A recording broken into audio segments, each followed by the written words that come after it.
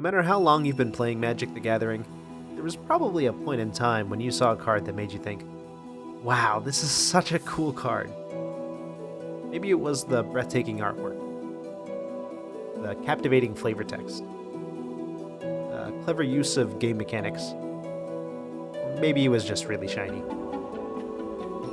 But what fascinates me the most about Magic the Gathering is the subtle blending of storytelling and gameplay. Despite only having a limited amount of physical space, Wizards of the Coast were able to create vast worlds filled with mystical creatures, memorable characters, and jaw-dropping landscapes, all while providing gameplay that satisfies our creativity, competitive spirit, and imagination. But what if we took it a step further? Instead of just seeing what the multiverse of Magic the Gathering was like through the cards we play, what if we heard them? Now, I know what some of you might be thinking. Didn't Wizards make official soundtracks already for Neon Dynasty and Streets of New Capenna? And to that I say, yes, they did. And if you haven't heard them, I highly recommend them. They are genuinely amazing. Rather than providing an overall vibe or atmosphere for their respective planes, this project aims to focus on the more specific, sometimes smaller, moments depicted in the cards. Moments that might not have a major impact on the story, but that immerse us deeper into the worlds they exist in. I want you to imagine these cards as scenes in a movie. While not every card can be the climactic finale for the story, they all work together to present to the audience a world like no other. With each new entry, I will include an accompanying breakdown video of my process, because the main reason why I wanted to do this to begin with was to get better at and make more music. And teaching is the best way to learn. So, without further ado, what better way to start this journey than with one of my all-time favorite Magic the Gathering cards, Vengevine. Dare I say it, Vengevine is a perfect Magic the Gathering card. I absolutely adore this card. Not only is it a blast to play, but it also packs so much flavor in it that it would give Gordon Ramsay himself a run for his money. Raymond Swanland's incredible illustration of living foliage with jagged edges and kinetic energy is appropriately accompanied by the fitting keyword haste, denoting its unyielding ferocity. Its ferocity is so unyielding that even death itself cannot fully stop the impending doom of Vengevine's prey, as seen in its unique ability to return itself to the battlefield from the grave. And to top it all off, the flavor text sums up the essence of the card with certainty and caution, the words seemingly coming from someone unlucky enough to have encountered such a creature. Before I started writing music for this, I started by writing words that described the card's moment. Fast, natural, frantic, unstoppable, jungle.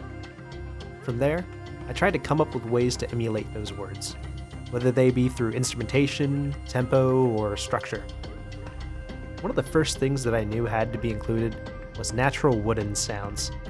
After all, the card depicts an elemental in the dense verdant jungles of Zendikar.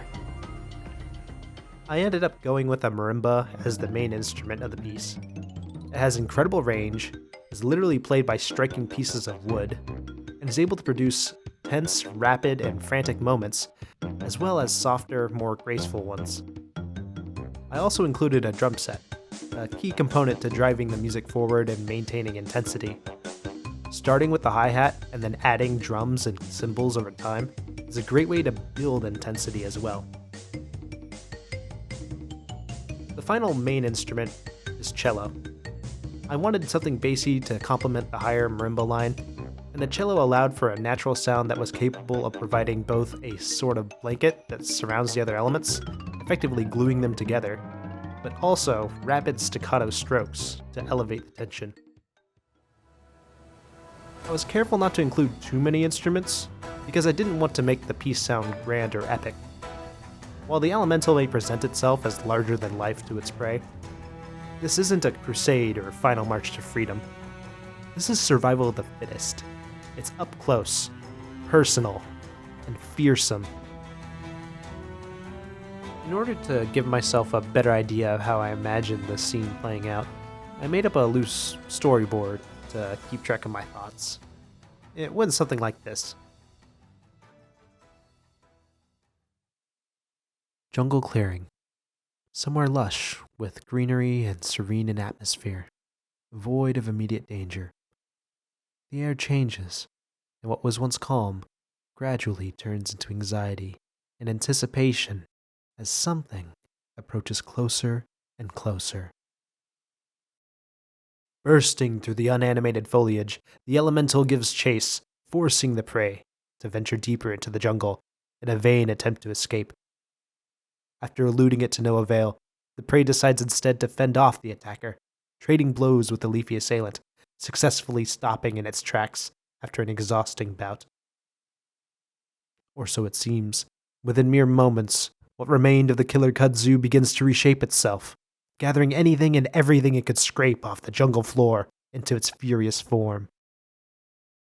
With renewed vigor, coursing through its vines, the chase continues, more determined than ever. Once I had an idea of where the scene was going, I began to ask myself certain questions. Questions like, how do I represent these actions in the music? Which instruments should I use where?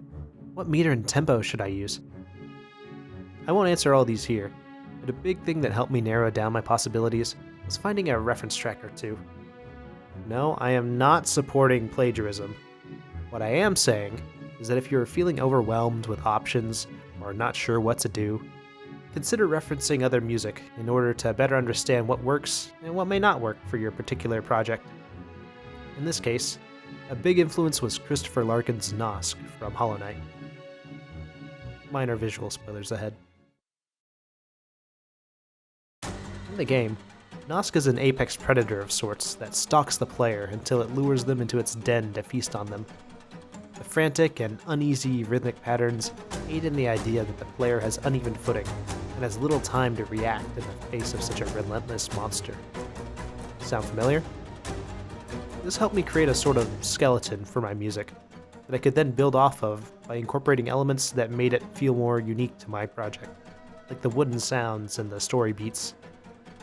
In the end, while I did use Nosk as inspiration, the final product differs greatly from the reference material. Why don't you take a listen for yourself?